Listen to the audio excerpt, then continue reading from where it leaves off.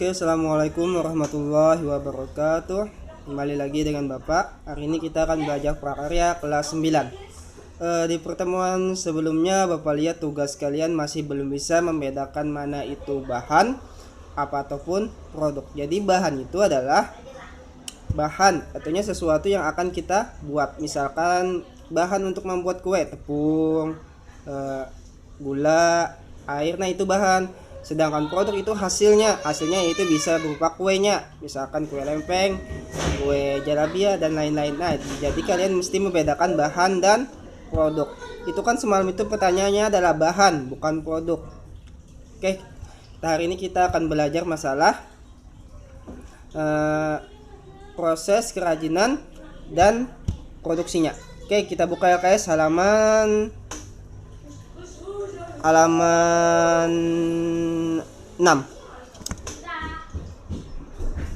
Jadi kerajinan bahan keras alam berupa kayu. Kita lihat di sini bahannya yang otomatis yaitu kayu. Bisa kayu jati, kayu kelapa, dan kayu gulu-gulu dan sebagainya. Adapun alatnya yaitu untuk memotong yaitu gergaji, balik, alat pahat untuk mengukir, bor itu untuk memudahkan kita memukulnya dengan paku, menghubungkannya dengan paku, mencatuk pakai kayu, dan lem. Hasil produksinya yaitu di sini cuma dijelaskan satu, padahal banyak sekali produksi dari kayu. Produk dari kayu. Di sini kan dijelaskannya juga ya cuman mainan dari kayu, padahal ada kursi, meja, lemari, dan lain-lain. Kadang-kadang sepeda juga ada dari kayu. Jadi silahkan kalian cari sendiri hasil produksi dari kayu. Adapun prosesnya yaitu di sini menggunakan teknik potong, yaitu kita memotong kayu-kayu, mengukir atau memahat untuk menghias kayu lebih indah, dan menempel atau menyambung, bisa itu dengan tempel disambung dengan paku ataupun dengan apa itu namanya ya?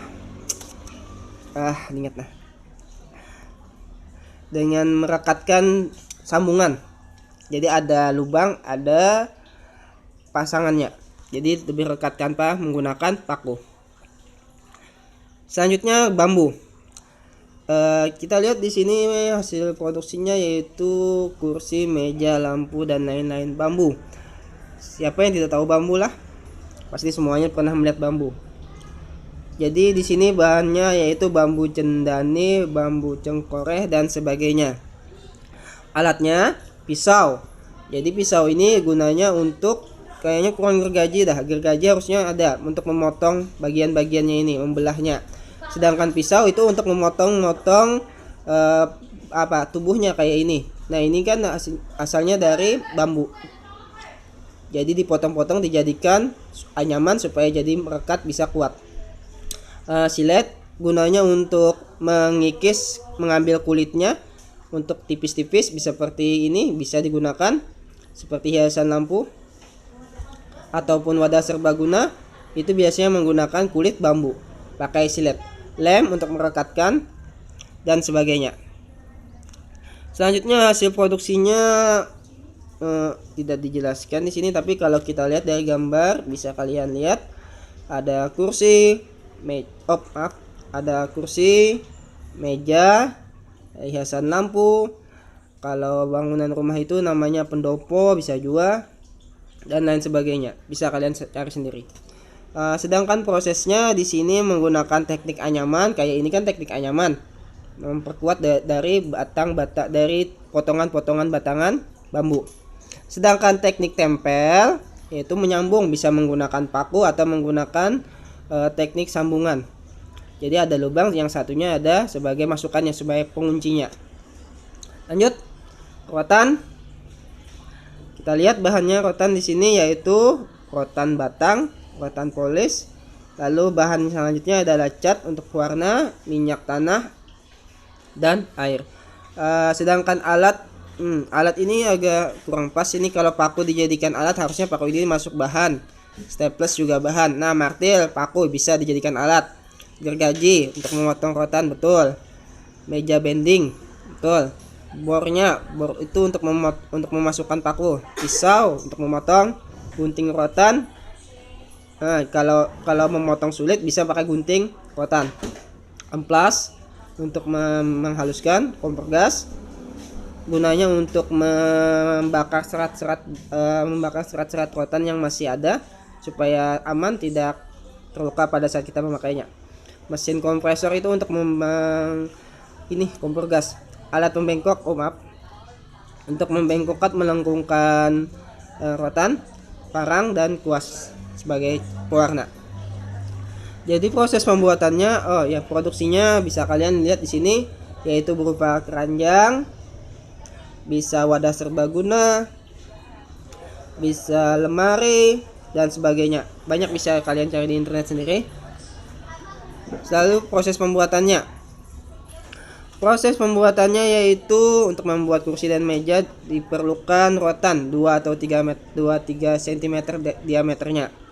Jadi rotan itu pertama setelah dibersihkan itu dibakar untuk menghilangkan serat-seratnya atau yang supaya tidak terluka, atau istilah orang banyak tuh kesusuban. Nah, dibakar dulu serat-seratnya supaya tidak ada. Habis itu disambung, bisa menggunakan paku atau menggunakan kuncian.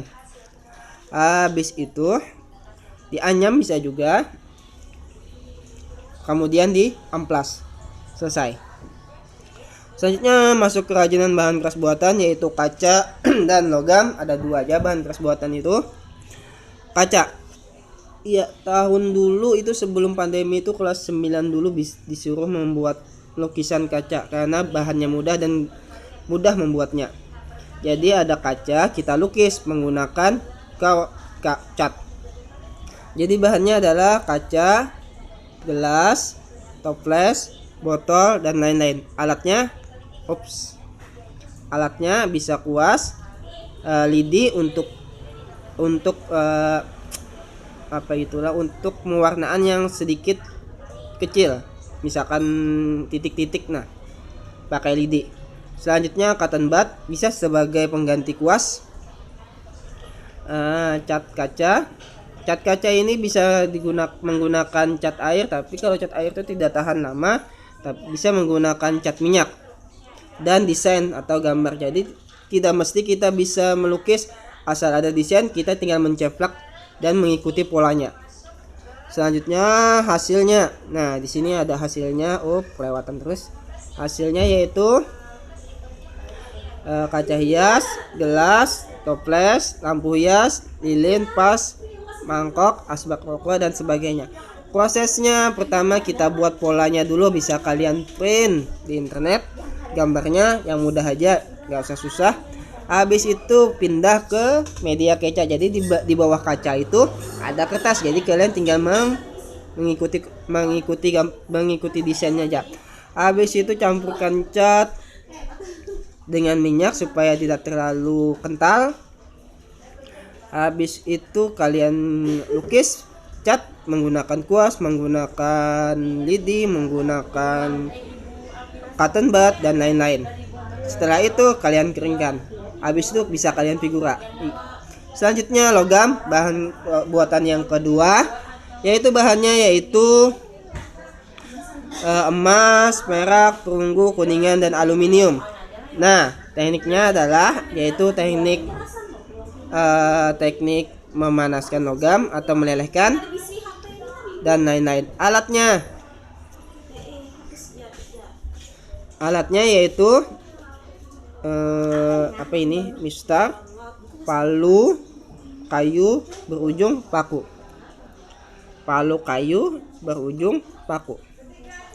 1 set alat ukir, gunting, pensil, pinset, sudet dan lain-lain. Selanjutnya produk hasilnya. Ini bukan produknya, tapi tidak dijelaskan produknya apa. Di WLKS ini agak membingungkan. Jadi hasil produksinya itu yaitu bisa, kalau perhiasan bisa, alat bangunan rumah bisa, alat masak bisa, alat makan bisa. Nah, itu dari logam lah, menggunakan teknik cor, yaitu besi dilelehkan Habis itu dimasukkan ke dalam cetakan alat ukir. Berarti misalkan ada logam, kita pahat ataupun ditempa. Jadi logam itu dipanaskan, habis itu dicatuk-catuk, ditempa.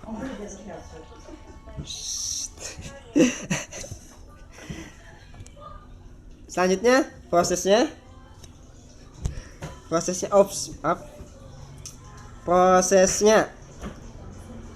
siapkan semua alatnya. Oke, bisa dibaca sendiri ini.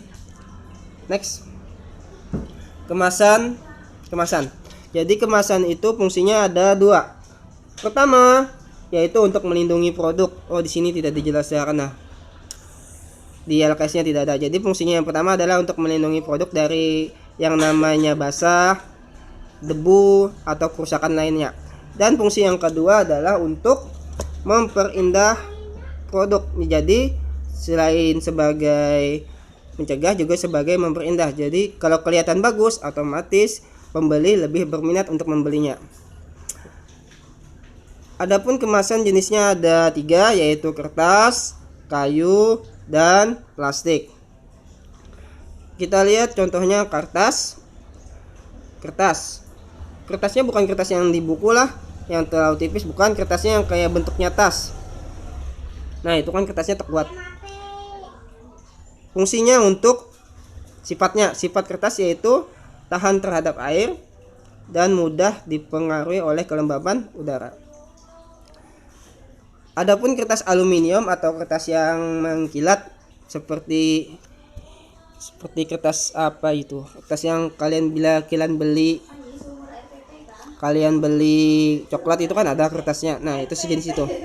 Kertas yang mengkilat. Lebih mudah didapat kita kalau kemasannya dari kertas. Selanjutnya kertas kayu. Ini kertas kemasan yang paling kuat untuk menghasilkan produk yang untuk mencegah mencegah produk dari kerusakan. Nah, ini sifatnya yaitu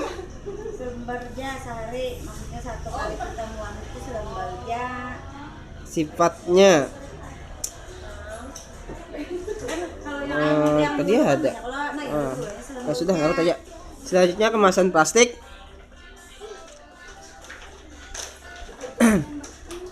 Kemasan plastik seperti yang biasa di toko-toko, di warung, itu adalah kemasan plastik. Sifatnya yaitu kaku dan transparan, tahan terhadap oksigen ataupun cahaya, dan titik leburnya rendah, artinya mudah terbakar. Selanjutnya ke kemasan kayu tadi, sifatnya ialah tidak ada sifatnya. Ya sudah, sifatnya yaitu kuat,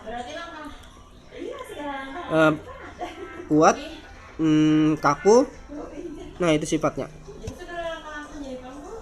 Oke, sampai di sini aja. Silakan kalian berkuisnya. Selanjutnya kalian baca sendiri.